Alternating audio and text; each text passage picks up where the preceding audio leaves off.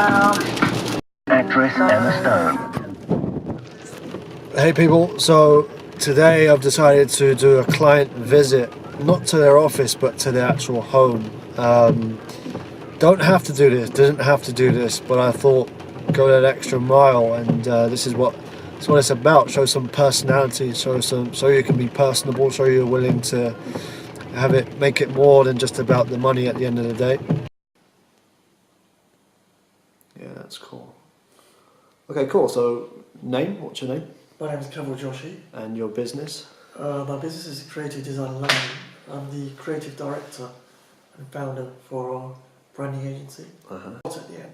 Tell me, before we started this, you were talking about what makes you different is your ability to visualize and empathize. Can you talk a little bit about that? Yeah, I mean, without sounding too sort of egotistical. No, it's fine. I think it's, what's the word? I think it's crucial that you really sort of gel with the client. You have to be approachable, and you have to have a design intuition, basically. Anyone can just go on the internet and just design course. Yeah. But there's lots more thought process into design. And it's also engaging with the customer, with the client, making sure that you're extracting what they want to show. Yeah. And that's why I feel I differ, because I can really get inside the head of a client and come up with some creative ideas, and ideas that people would not think about.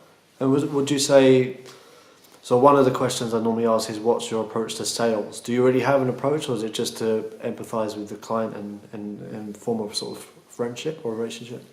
Relationship, but also to give the client what they want, but also educate them. Educate them. Yeah, so try and give them something a bit more sophisticated. Something they perhaps wouldn't have thought about, but still is applicable to their business. Yeah. And that's how we kind of work. Okay. And so you've got a lot of experience. How many years? I've got over 20 years. 20 years of experience in creative design. And talk about some of the so newspapers and things that you worked for, so Times.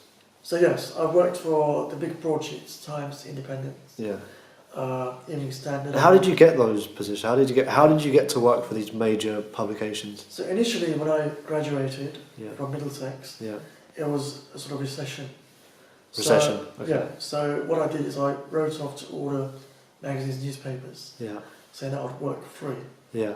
And I got a sort of role for an Indian newspaper. Okay. So we relaunched on India's anniversary, on 50th independence. Okay.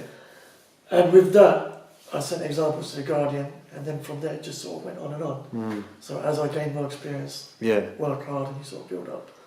Do you feel, so you started off by just doing things for free? Yeah. Do you feel like that's something people these days don't have the patience to do? Or what's your take on sort of designers coming up now, if you have any thoughts on that at all? I feel designing is very digitised now. Okay. I could be wrong, but I think it's important to learn the basics, the fundamental design. Research art history, research designers, have a grasp on what makes design, what are the fundamentals behind it. Yeah. And I think you have to work hard, basically, in any industry. You know, you have to learn from the bottom. Yeah. And then you make your own mark. So basically learning from people like David Hillman, who I worked with, big designers in editorial. Yeah. David Hillman did the masthead for the Guardian. Yeah. And then you sort of learn from these people, you inspire. Yeah. Then you build your own sort of take on things. Yeah. And you stamp your own mark. Yeah. Create your own visual language. And you make your own mark. Because creativity is different. Everyone has got different ideas. Yeah. So it's individual. And it's how you portray that, basically.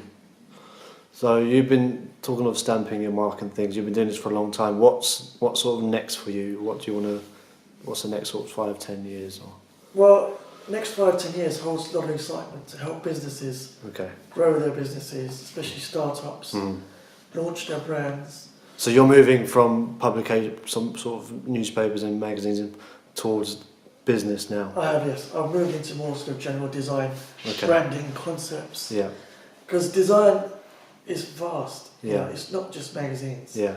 It can be from logos to websites, Yeah. to exhibition designs, Uh-huh. to your t-shirt designs, to your shop front. Yeah. It's basically a package. Uh-huh. And that's why we like to work with startups, because you start right from day one and you grow together. But I've also developed existing brands, so redeveloped, relaunched. and I've got examples on our website, and Yeah. I'm happy to sort of show people. Yeah. And we are launching our website on February the 14th. Yes. So that'll be Creative Design London website. Yeah. Where you can see some of the work we've done. Yeah.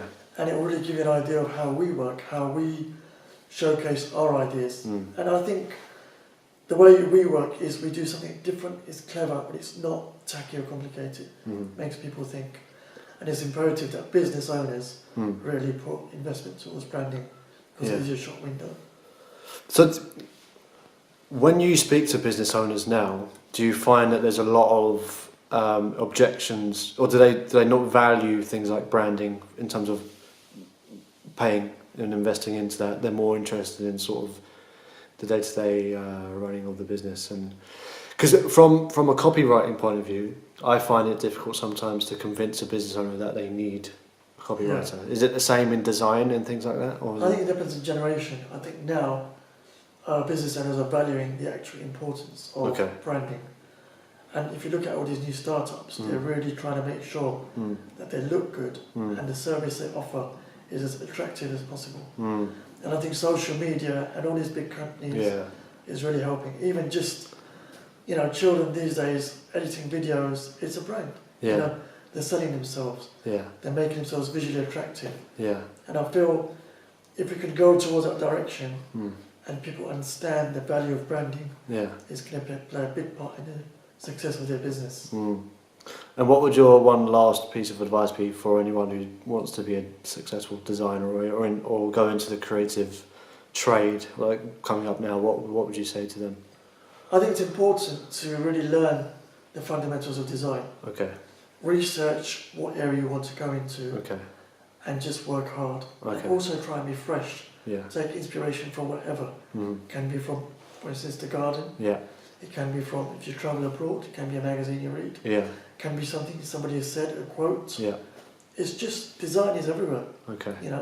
It's the heartbeat of visual identity, I believe. The heartbeat of visual identity, nice. That'll probably be our headline for the video. Fantastic. So we'll be back videoing you on February the 14th, hopefully, when your business launches. And that's that. Cool. Good. Thank you.